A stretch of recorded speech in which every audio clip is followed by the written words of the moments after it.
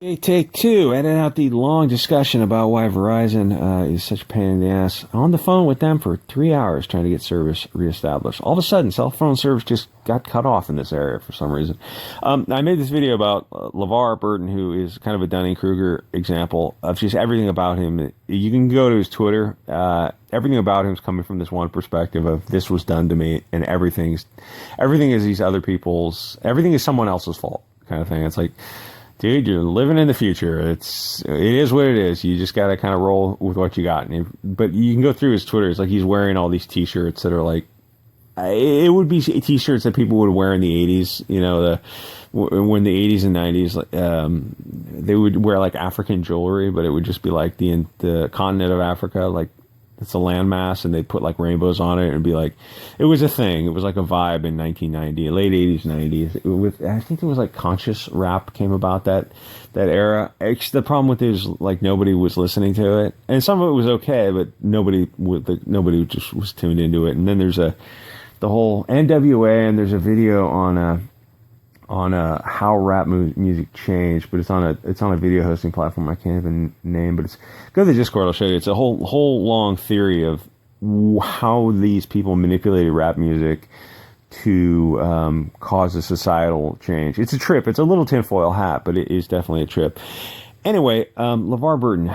LaVar Burton in Hollywood. This is a prime example of purse puppy privilege. And this is a quick video because LaVar is just such an insufferable anti-white racist jackass that I couldn't pass this up.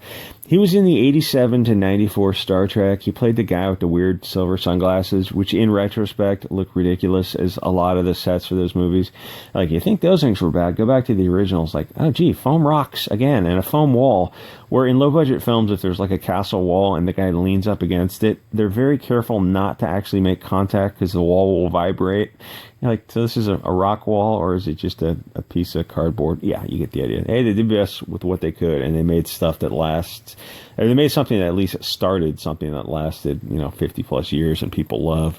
But this is why you have to gatekeep poison pill people. I'm not sure what they call it. People who thrive on causing as much trouble. Like people who are not looking for a solution. They want to wallow, like the Al Sharptons and the Jesse whatever guys. Like, they're not looking for a solution because that's not how they make their money. It's like they don't want to cure you of this thing, because if they cured you, you would be coming back for treatment. And that's a little iffy to say on YouTube. That's how I got a week off on the last video a while ago. Anyway, so social media is the worst thing for low IQ celebrities, which this guy definitely is. They're jerks, and social media shows the world that they are jerks, which I guess is good for us. People in Hollywood take ego and narcissism and they just turn that up to 11. It doesn't matter if they're only minor stars. Their ego knows no bounds. They could be, like a carpenter in Hollywood, or a waitress or something, and doing like, some commercials and some Saved by the Bell type of show, like an ancillary, like a secondary network type of show. And it's like, but they're still doing something else. And the part-time, it's like their ego will just blow up because people kind of vaguely recognize them at Safeway. It's like, yeah, but you're still going to Safeway. You're not having a chauffeur. You get where I'm going with that. LA's a weird place, or at least it was a long time ago. So this started because LaVar blames Berman, the producer at the time, that was on Star Trek, and then he blamed white people for the show that gave him a ride and an ability to make a name for himself for 7 years. He blames that because they didn't have enough romance for his character. I don't think he knows why he's angry, because he really comes across as low IQ. A lot of his arguments are just based on, this was done to me for 500 years. This was done to me. Like, move on, buddy. Walk it off. I mean, it was done to all of us. Like we all have our tales to tell. Anyway, so a lot of his vibe comes across as derivative, like he's merely parroting things he has heard without actually thinking about them analytically and breaking them down. His Twitter graphic is from a show called Roots. That was from a book that was plagiarized from an earlier book called The Ethiopian. I read both of them. They're funny for different reasons. Some entire passages were stolen word for word from the earlier book, and I think in the case of Ethiopian, the plagiarism starts on page 1. So if you literally read 50 pages of both books, you open them up in front of you, you're like, oh, oh, this is word for word. It's paragraph for paragraph. No, it's entire. Oh, oh, it's the whole passage. You just stole the whole passage. You didn't edit any of it. I mean, literally word for word, punctuation for punctuation. It's like, you could have put that in your own words if you wanted to. And the author's defense at the time, he said, oh, well, people were sending in articles. It's like, okay, so when you had the preliminary book put together, there were probably like, a dozen scholars at the time in the relevant field you could have passed the book around to and said, hey, just go through this. And if you see anything that's obviously plagiarized, anything that's completely objectively, factually wrong, just put a little note in and be like, yeah, this is a book plagiarized from the African word for word, or the Ethiopian word for word, published in 1875. And it's like, oh, literally. Yeah, entire passages. Okay, well, then you might want to source your materials a little bit more carefully. It was so obvious that I think the judge, when they met pretrial, advised the defendant to settle the case because it was literally word for word. And at the time, he lost the case, and it would have been like $6 million or something in today's money. It would have been a lot of money because it was such an egregious case of stealing. So the thing is, Roots was an insane work of fiction. If you pick up the modern book now, which is still being published, it has to have a preamble in the front of it. They go, yes, this is a book, this is plagiarized. It's like, it's a book of fiction, which is one thing, but it's also a plagiarized book of fiction. And he lost the case to defend it against plagiarism. But, it's still a good book. How is it a good book if it's plagiarized from an earlier book called The Ethiopian? Like, just take the L and take the book out of publication. But they can't. They absolutely can't take the L because that's how they work with purse puppies. It's just soft bigotry, lowered expectations. Anyway, you can read the first 50 pages of Roots, and it's not worth reading any more than that. It reads like this Wakandan fantasy of what the writer imagined Africa to be, 500 years ago. I think even a kid would read the book and be like, oh, you have a feast like every week, and you have dancing, and like everyone is well fed, and you kind of go light on the facts of the women are working in the field, and they've got the men are kind of sitting around drinking beer and herding cattle, and the women are doing basically all the labor, and everyone is well fed, and the elderly are taken care of, and the children are respected and trained, and like it's. If you wrote that about like Germany 500 years ago, it would be like, oh, clearly this is a fantasy story. It's, nothing is this idealized.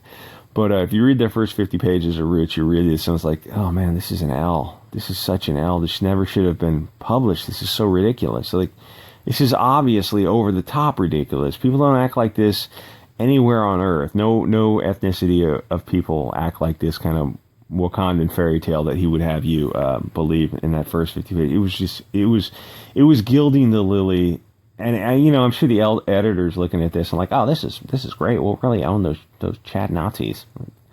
How this is just ridiculous.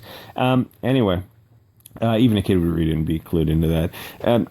We never read that in school, which is, it's fucking ridiculous. Anyway, Hollywood made it into a show because they know they could use it to foment discord, because that's what Hollywood does. That's kind of the only purpose of Hollywood, is to foment discord.